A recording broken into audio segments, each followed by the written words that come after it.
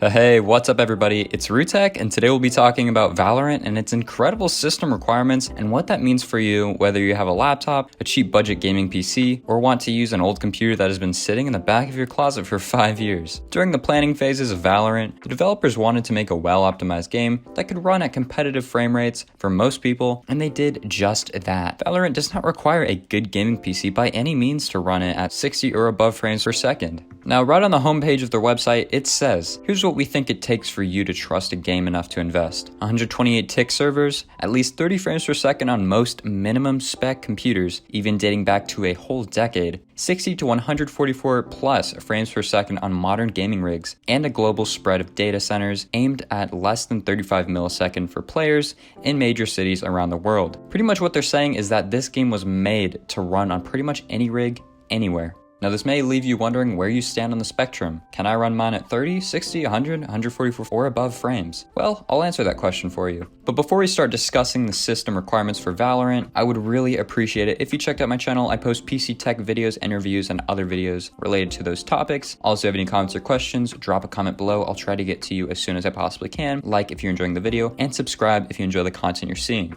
So, let's talk specs. Here you can see all the specs for their system requirements for each category. Obviously, it does not take a lot to get 30 frames per second, as the minimum requirements say it doesn't even require a graphics card. Intel HD 3000 is literally just the integrated graphics that come with a decade-old laptop. For example, if I search it up on eBay, it becomes pretty clear it doesn't take very much to run this game at 30 frames per second. Now obviously 30 FPS, at least in my opinion, isn't the most desirable frame rate, but hey, if your computer doesn't have a graphics card and is like a decade old, you can still run this game at probably around 30 frames per second. You are in range if you do not have a graphics card and rely on your CPU's processors, graphics capabilities, or just have a really old computer with a really old graphics card. Now let's look at the recommended specs. It says it requires at least an i3-4150, which is a dual-core processor that was released 6 years ago, paired with the GeForce GT 730. Once again, some really low-end specs here. The i3-4150 is 6 years old, is dual-core, and the GT 730 is also 6 years old and was a low-end card for its time. So to run this game at a consistent 60 frames per second, again, doesn't take much. I mean, even the $80 RX 550 is faster than the GT 730 by a large amount. The integrated Vega 11 iGPU of the 3400G is faster, which I have a video on if you're interested. I mean, again, it does not take a lot of power to hit 60 frames per second on this game. Chances are, if you have a graphics card that came out in the last roughly 7 to 8 years, you'll be able to run Valorant at a consistent 60 frames per second. Finally, let's look at some high-end recommendations. The high end is pretty much what it takes to acquire a consistent 144 and above frames per second. And once again, to no surprise, it does not take much. All you need is a quad-core i5-4460 at 3.2 GHz and the super low-end budget graphics card from a few years back, the 1050 Ti.